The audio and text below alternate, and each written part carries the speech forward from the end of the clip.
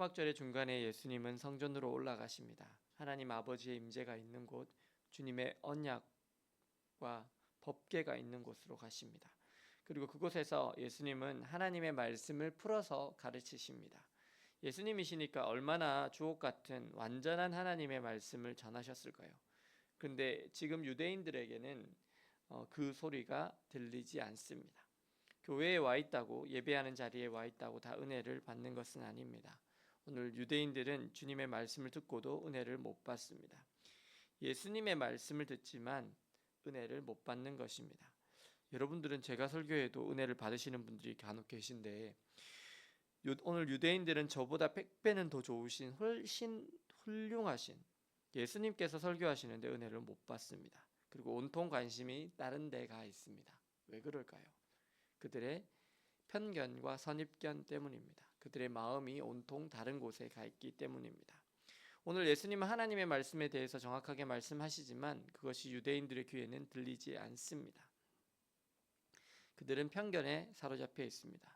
그들이 가진 편견이 무엇이냐 하면, 그들이 보기에 정규 교육도 받지 않고 저 시골 출신인 예수님이라는 분이 어떻게 이렇게 말을 잘하고 글을 읽을 수 있지? 라고 이야기하면서 은혜의 말씀, 생명의 말씀을 놓치고 있는 것입니다. 그리고 당국자들과 바리새인들 중에는 예수님을 믿는 사람이 없다고 하면서 예수님을 메시아로 믿지 않습니다. 편견과 선입견은 너무나도 무서운 것입니다. 그것은 어떤 사람이 말을 하기 이전에 이미 그 사람을 판단해버리고 그 사람에 대한 의도를 갖게 하고 그 사람에 대한 결론을 지어버리기 때문입니다. 편견에 대해서 트라이언 에드워즈는 이렇게 말합니다. 편견에 사로잡힌 사람은 마귀에게 사로잡힌 사람이다.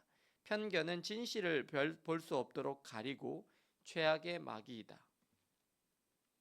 그런데 사실 예수님은 예수님의 의도로 사신 적이 없으십니다. 철저하게 성부 하나님의 말씀에 순종하셨습니다. 그래서 이 땅에 내려오실 때부터 그분의 의지를 꺾으시고 하늘의 모든 영광을 다 버리시고 낮고 낮은 땅 위에 오셨습니다. 무엇 때문에 그러셨죠? 삼위일체 하나님의 뜻을 이루시기 위해서 순종하시고 계십니다. 오직 보내신 이의 영광만을 구하면서, 그분의 뜻만을 구하면서 세상에 잃어버린 영혼을 찾기 위해서 그들을 구원하시고자 끝까지 순종하시며 애쓰시는 분이 바로 예수님이십니다. 그런데 그런 참된 예수님, 진리 되신 예수님을, 하나님의 본체이신 예수님을 바리새인과 대사장들 그리고 그들을 추종하는 유대인들은 전혀 보지 못합니다.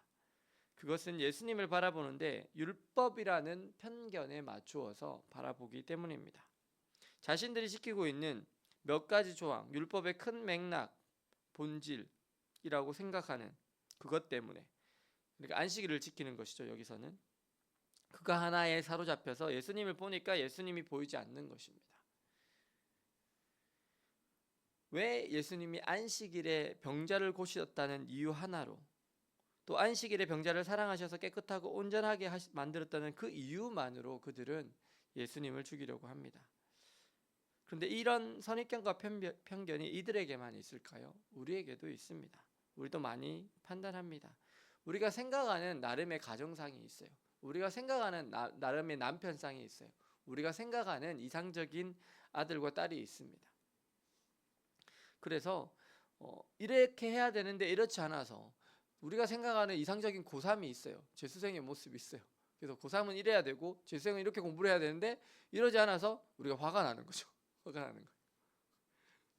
그래서 그냥 화가 나는데 또 말하면 더 심해질 것 같아서 말은 못하고 그냥 가만히 있는 거죠. 근데 이렇게 우리가 편견과 선입견을 갖고 있잖아요. 그럼 가장 큰 희생양이 누군지 아세요? 그럼 가까운 사람이죠. 우리 자녀들이겠죠. 우리가 이해해야 하는 것이죠. 우리 안에 있는 편견으로 우리 자녀를 보지 말아야 합니다. 우리가 있는 편견, 우리가 가지고 있는 놀이문화로 그들을 판단하고 컴퓨터 게임, 폰 게임 하는 것을 아예 못하게 하거나 혼낸다면 어떻게 되겠죠? 아이들은 방문을 걸어 잠그게 됩니다. 요즘 20대, 30대 중에 은둔형 외톨이라고 그러죠. 안 나오는 친구들 너무 많아요. 너무 많아요. 부모들이요, 답답해 죽으려고 그래요. 근데 사람은요, 사랑을 받아야 바뀝니다. 비난과 정죄는 언제든지 사람을 죽입니다. 그거는요, 죄 없는 예수님도 죽입니다. 사실 대제사장들과 바리새인들이 한 것이 그거예요. 편견에 사로잡혀서 예수님은 절대로 메시아일 리가 없고 안식일을 어기고 정말 그 안식일에 사람이나 낫게 하는 사람은 절대로 구원자가 될 수 없다는 그 편견, 가방끈도 길지 못한 아예 없는 저 일자무식의 사람의 입에서 나오는 말은 별 볼 일 없다는 그 편견, 저 사람은 아무리 많은 이적을 행해도 하나님의 아들일 리가 없다라는 그 편견이 예수님을 죽인 것입니다. 오늘 예수님은 외모로 판단하지 말고 공의로 판단하라고 하십니다. 그러면서 예수님께서 안식일에 한 영혼을 깨끗하게 한 것이 왜 문제가 되는지 공의롭게 다시 생각해 보라고 말씀하십니다. 공의롭게 바라보는 것이 무엇이죠? 누가 세상에서 가장 공의로운 분이시죠? 하나님이십니다. 세상에 공의와 정의가 정말 중요합니다. 그래서 그 하버드 대학에 20년 동안 명강의를 했던 그 마이크 샌델 교수님의 정의란 무엇인가, 이 책이 되게 베스트셀러로 엄청 유명했죠. 왜 우리 한국 사회가 지금 혼란스러울까요? 공의와 정의가 흔들리기 때문이에요. 왜냐하면 그게 나라의 질서의 근간이거든요. 우리가 때로는 오늘 유대인들의 모습처럼 율법에 매여 있을 때가 많습니다. 그래서 교회 다니면서 술 마시면 되냐 안 되냐, 담배 피면 되냐 안 되냐, 나이트클럽 가면 되냐 안 되냐, 크리스천이 무슨 PC방에서 사냐, 이렇게 하나하나 다른 사람들을 판단하고 정죄하고 살아갈 수도 있습니다. 은연중에 나는 의인이라고 생각하면서, 나는 괜찮다고 생각하면서. 근데 예수님은요, 율법에 얽매여 있는 분이 아니셨습니다. 그분은 율법을 가장 잘 가르치셨지만 율법으로 족쇄를 매거나 제약으로 묶어두거나 하시는 분이 아니셨습니다. 그분은 사랑하시는 분이십니다. 예수님께서 처음 베푸셨던 이적이 무엇이었죠? 물로 포도주를 만드는 것이었습니다. 왜요? 그 잔치집에 흥이 안 떨어지게. 율법적으로 생각하는 바리새인이라면 이게 가능했을까요? 절대 불가능한 거예요. 가지도 않을걸요.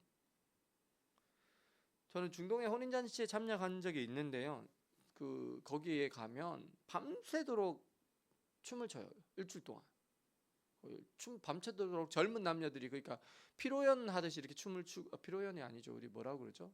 이게 신랑 신부 친구들이 만나는 거 뒤에 그걸 뭐라죠?